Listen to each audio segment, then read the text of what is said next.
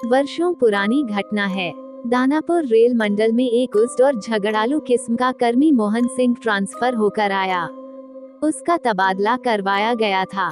वह जहां नियुक्त था वहां सबसे लड़ता झगड़ता रहता था।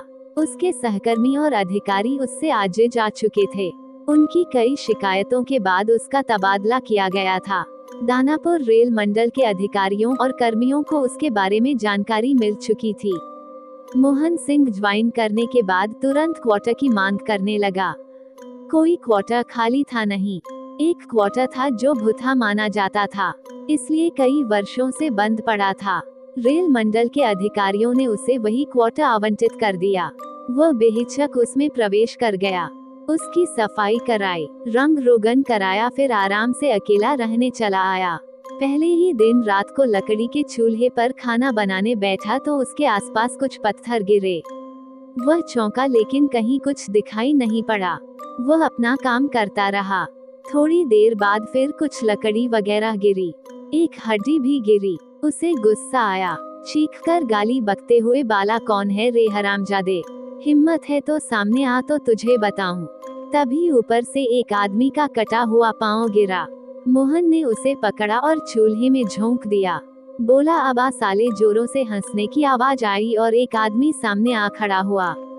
उसने कहा, वाह बहादुर, तुम बिल्कुल नहीं डरे। लोग तो मेरी आहट से ही कांप जाते हैं। मोहन, क्या चाहते हो? किस लिए ये सब कर रहे थे? व्यक्ति, मुझे तुमसे बहुत जरूरी काम कराना है। तुम हिम्मती हो, इसलिए मुझे विश्वास है कि तुम कर सकते हो। मोहन, क्यों करूं तुम्हारा कोई काम? मुझे इससे क्या फायदा होगा? तुम मेरा काम करोगे तो मैं तुम्हारा एक काम कर दूंगा।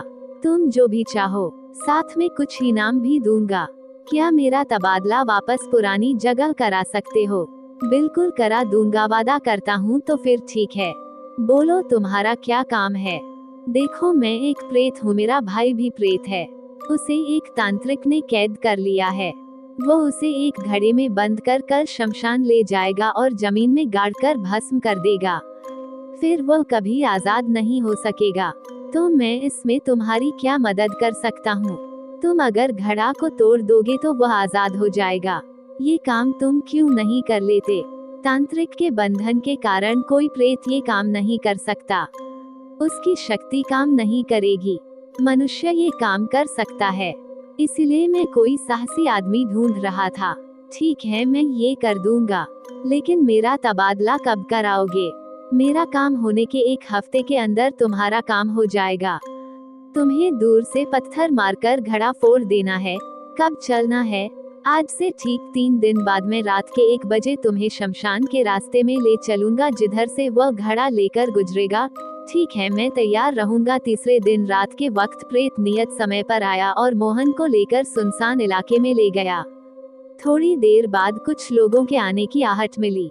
मोहन ने देखा एक आदमी सिर पर घड़ा लिए जा रहा है। प्रेत ने इशारा किया। उसने जेब से पत्थर निकाला और निशाना लेकर जोर से घड़े पर दे मारा। निशाना सटीक बैठा। घड़ा फूट गया। जोरों के अट्टहास के साथ एक रोशनी सी उड़ती हुई हवा में विलीन हो गई। प्रेत ने खुश होकर मोहन से कहा, धन्यवाद, तुमने मेरे भाई को आजाद करा दिया। अब मैं तुरंत तुम्हारा काम कराऊंगा। तुम्हारे क्वार्टर में कोई भी आकर रहेगा उसे तंग नहीं करूंगा। तुम जब याद करोगे तुम्हारे पास आ जाऊंगा।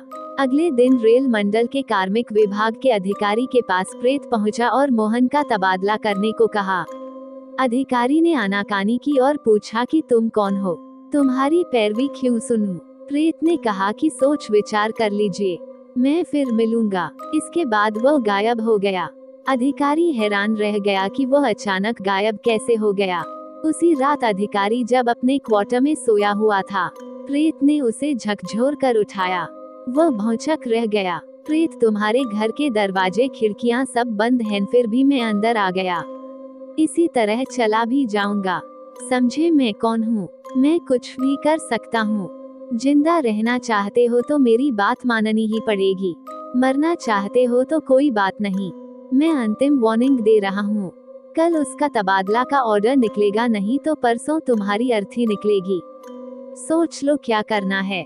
और वह गायब हो गया। अधिकारी मारे भय के कांपने लगा। रात भर नींद नहीं आई।